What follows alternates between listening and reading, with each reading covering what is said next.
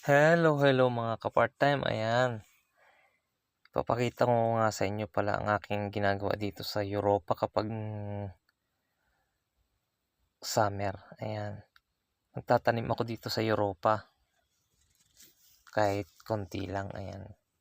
At ngayon nga ay oras na ng pag-harvest. Papakita ko sa inyo ang aking mga halaman dito sa Europa na pag-harvest na. Ayan ang sitaw. At ang sunod naman natin dyan ay ang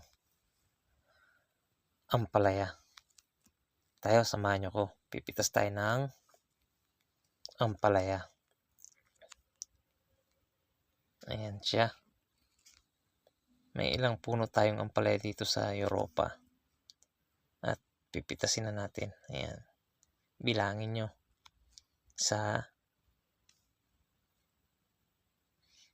2,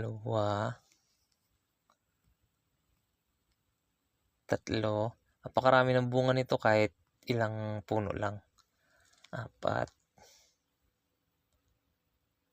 5, 6. Nakakatuwa kasi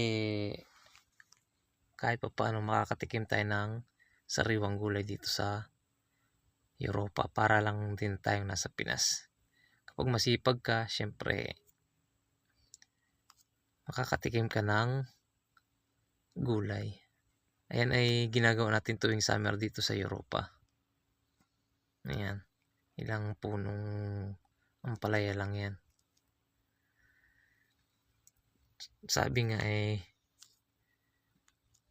kailangang magtanim para may anihin.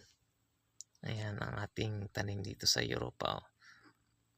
Ilang puno lang yan pero ang napitas natin ay 2 kilo mahigit. Ayan, thank you for watching. Pa-subscribe naman ang ating YouTube channel.